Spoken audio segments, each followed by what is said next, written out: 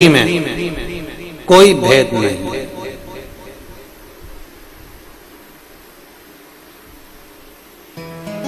पुरुष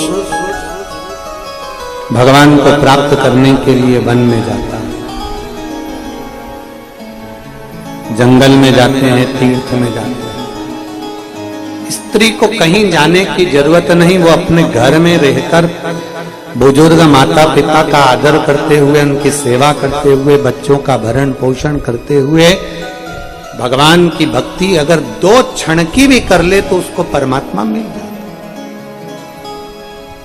2 क्षण की भक्ति में भी परमात्मा प्राप्त हो जाए। 2 क्षण।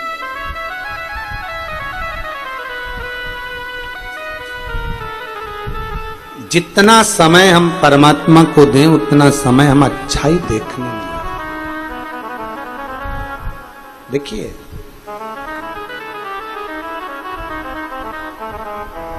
परमात्मा को प्राप्त करने का सबसे बड़ा बिंदु है शांति मन की, हृदय की। अगर हृदय शांत नहीं है, मन शांत नहीं है, तो आप जीवन में कितना भी कुछ कर लो, कुछ आनंद की अनुभूति नहीं होगी। भीतर की शांति को लेकर आना है।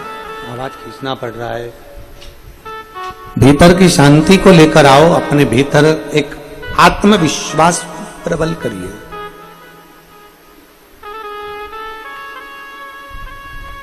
अपने भीतर एक भरोसे को, एक दृढ़ता को, एक विश्वास को प्रबल करिए। और जब अपने भीतर एक भरोसा, एक विश्वास, एक दृढ़ता प्रकट करेंगे तो उसका एक आनंद अपने आप प्रकट हो जाएगा।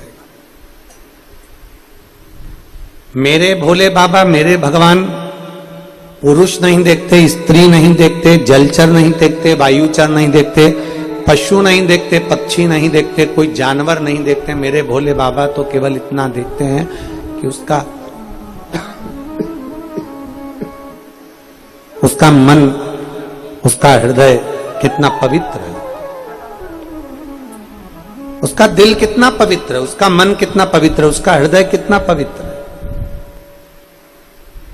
उसने ये नहीं देखा मेरे परमात्मा ने कि तुम कौन हो। उसने तो केवल ये देखा कि तेरा हृदय कितना पवित्र है। चींटी में और मनुष्य में एक बहुत बड़ा अंतर है। चींटी रेत पर में भी, मिट्टी में भी, रेत में, धूल में, कंकर में शक्कर डाल दीजिए, चींटी कंकर नहीं उठाएगी, चींटी मिट्टी नहीं उठाएगी, चींटी बालू रेत नहीं उठाएगी, चींटी केवल शक्कर का कण ही उठाएगी, मिठास उठाएगी। चींटी केवल मिठास उठाती है। चींटी केवल मिठास उठाने का कार्य करती है। अच्छा उठाया उसने कभी भी मिट्टी नहीं उठाई, उसने कभी कंकर नहीं उठाया। उसने मिट्टी हो, कंकर हो, लकड़ी हो, फालतू चीजें चींटी नहीं उठाती। उसको शक्कर दिख गई, शक्कर उठा ली उसने। मनुष्य में ये एक अवगुण है।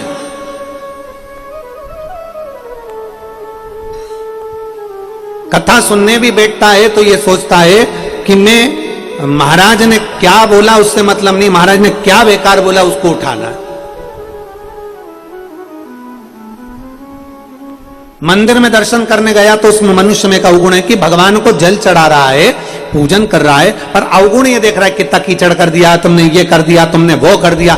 कई लोग मंदिर में, कई लोग ऐसे बैठे रहते हैं जो दिन भर लोगों को टॉर्चर करते रहते हैं। तुमने ऐसा कर दिया, तुमने वैसा कर दिया, तुमने ये क्या कर दिया, तुमने ये क्या चढ़ा दिया, तुमने वो क्या कर दिया। अरे कभी अच्छा भी देख ले कि कितनी दूर से चलकर कम से कम सनातन धर्म के भाव से मंदिर तो आ रहे हैं, कम से कम लोग मंदिर तक तो पहुंच रहे हैं। तुम दिन भर भगवान के पास बैठने के बाद भी तुम्हारा चित्त गंदगी छाटने में लगा। तूने ये गंदा कर दिया, तूने ऐसा चढ़ा दिया, तूने वैसा चढ़ा दिया, तुमने ये कर दिया, तुमने वो कर दिया। नहीं, भगवान के जितने करीब में रहो उतना अच्छा देखने का प्रयास करो।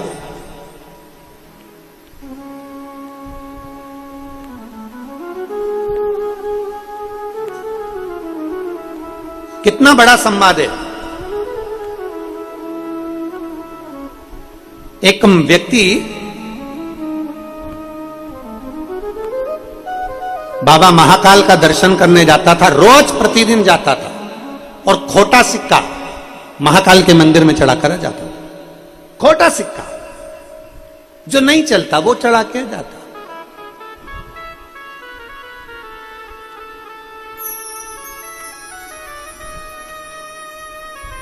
रोज मंदिर में जाए, रोज खोटा सिक्का चढ़ाए, रोज मंदिर में जाए, रोज खोटा सिक्का चढ़ाए, प्रतिदिन मंदिर में जाए, प्रतिदिन खोटा सिक्का चढ़ाए। अब इतने में वहां पर एक सेवादार को गुस्सा आ गया, और सेवादार सेवा करने वाले को जब गुस्सा आया तो वो तुरंत खोटा सिक्का लेकर और वो एक संत के पास गया, महाकाल मंदिर के पुजारी जी के पास में गया और कहा, महाराज जी देखो ये रोज आता है और रोज खोटा सिक्का चढ़ाता है, रोज खोटा सिक्का चढ़ाता है। पुजारी जी मुस्कुरा दिए, महाकाल मंदिर के पंडित जी मुस्कुरा दिए और मुस्कुराकर बोले, कोई बात नहीं, खोटा सिक्का चढ़ाने वाले को ये मालूम है, खोटा सिक्का चढ़ाने वाले को ये ज्ञात है, उसको मालूम है कि जो दुनिया में कहीं नहीं चल सकता वो महाकाल के पास चल सकता है, इसलिए वो खोटा चढ़ाकर जाता है। जो दुनिया में कहीं ना चले, जो दुनिया में कहीं ना चल रहा है, वो महाकाल के पास चल रहा है, मेरे शंकर के चरणों में चल रहा है, मेरे शिव के करीब में चल रहा है। कैसा भी हो, शिव को समर्पित। अब जलचर हो, थलचर हो, वायुचर हो, आकाश का पक्षी हो, पशु हो, जानवर हो, कैसे हो, परमात्मा के मंदिर में कथा सुनने बैठे हो तो ये विचार कर कर बैठना कि मुझे अच्छा ही ग्रहण करना है। कथा में जो महाराज जी बोले अच्छा अच्छा बोले कि शंकर के मंदिर कैसे जाना है, पूजन कैसे करना है, फुलेरा का दर्शन कैसे करना है, क्या करना है, ये मुझे अच्छा ही ग्रहण करना है। कई लोग कथा में बैठकर भी कथाई में से कुछ बुराइयां छाटते रहते हैं।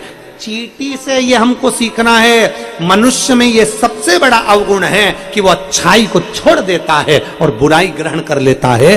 चींटी मिट्टी में से भी शक्कर का कण ढूंढ लेती है, चींटी रेत में से भी, बालू में से भी शक्कर निकाल लेती है। अर्थात चींटी को मालूम है कि गंदा मुझे छोड़ देना है, बेकार मुझे छोड़ देना है और मुझे अच्छा ग्रहण करना है, अच्छा ग्रहण। मेरा निवेदन है आज हरतालिका तीज के अवसर पर, जितनी मेरी जीजियां व्रत रखी हो ना रखी हो, जितने मेरे भाई, जितने मेरे जीजा, मेरी बेटियां, मेरी माताएं, मेरे भाई जितने कथा श्रवण कर रहे हैं, उनसे निवेदन है आज से संकल्प ऐसा ले लो कि हम जब भी भगवान के मंदिर जाएंगे हमें बुराई नहीं देखना। हम शिव के शिवालय में जा रहे हैं, हमें बुराई नहीं देखना। हम कथा में बैठ रहे हैं, हमें बुराई नहीं देखना। हम शिव पुराण में गए, हमें बुराई नहीं देखना। हमें गंदगी नहीं देखना, हमें अच्छाई देखना, अच्छाई देखना।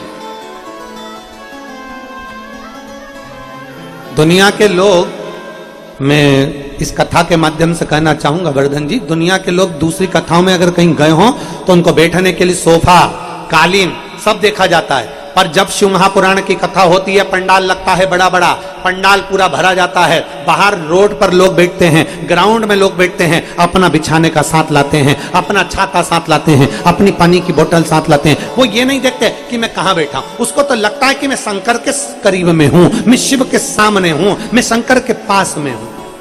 उसे कोई फर्क नहीं पड़ता कि वो कहां बैठा है। उसकी मूलता है मेरा शंकर, उसकी मूलता है शिव महापुराण का पंडाल, उसकी मूलता है शंकर तत्व को, शिव तत्व को प्राप्त करना। और हम धन्यवाद देंगे गुड़गांव के, इस गुरुग्राम के, हरियाणा के सभी श्रोता भाई बहनों को। भले तुम्हें पंडाल में बैठने का मौका नहीं मिला हो, और कल की कथा में वर्धन जी कहे हैं कि योग बनेगा और बाबा बुलाएगा तो फिर वापिस बड़े से बड़े स्तर पर शिव महापुराण की कथा इस गुरुग्राम में होगी। और इतना बल आपको वर्धन जी को देना है, इतना बल देना है कि वो आगे चलकर इसी शिव महापुराण की कथा करवा सके, यादव परिवार इस कथा को फिर आयोजित कर सके। इतना बल आपको प्रदान करना कि वो कथा हो। और हम निवेदन करेंगे आने वाले समय में जो कथाएं हैं, जैसे ये कथा तो 3 तारीख से 7 तारीख तक कल पूर्ण हो जाएगी। सुबह 8 बजे से 11 बजे तक कथा ऑनलाइन यहाँ कथा होगी मंडप में, और दिखाने में टीवी पर वही 1 बजे से 4 बजे तक होगी। और उसके बाद में 12 तारीख से 18 सितंबर तक सीहोर में जो हमारी गादी की कथा होती है, वो कथा अग्रवाल धर्मशाला में होगी। वहां इतनी जगह नहीं, इसलिए उसको ऑनलाइन नहीं करते हैं और ना वो टीवी पर आती है, बस पंडाल में वही अग्रवाल धर्मशाला में होती है, जिसका समय 2 बजे से 5 बजे तक रहता है। फिर 20 तारीख से 24 सितंबर तक कांटा कुरीडीही कुकरेल धमतरी छत्तीसगढ़ में 5 दिवसीय श्राद्ध पक्ष में कथा रहेगी। श्राद्ध में ही दूसरी कथा 26 सितंबर से 2 अक्टूबर तक नांदगांव नासिक महाराष्ट्र में होगी, जहां के आमदार, जहां के विधायक महोदय इस कथा को कराएंगे। शिव महापुराण की कथा जहां तुम्हारे नजदीक में हो, और ये 16 श्राद्ध की जो कथा है, इसमें निवेदन है कि जो लोग कथा के पंडाल में आ रहे हैं या मंडप में आ रहे हैं, वो अपने साथ अपने पूर्वजों का फोटो भी ला सकते हैं और उस कथा को श्रवण करें। और यह संकल्प विटले सेवा समिति ने, व्यास गादी ने लिया है कि 16 श्राद्ध में 16 ही दिन जहां जहां कथा है श्राद्ध की, सब जगह पर समिति की ओर से भी भंडारा चलेगा। और उस भंडारा को समिति नहीं, आप सबको मिलकर चलाना है, जो टीवी चैनल के माध्यम से कथा को श्रवण कर रहे हैं। आपका सहयोग चैनल के माध्यम से प्राप्त हो और उस भंडारे को आप और हम सब मिलकर चलाएं। 16 दिन तक श्राद्ध पक्ष में खूब भाव से जितने शिव भक्त कथा सुनने आए, सबका मुंह झूठा हो, आपके कण मात्र से भी वो मुख झूठा हो, बड़े प्रेम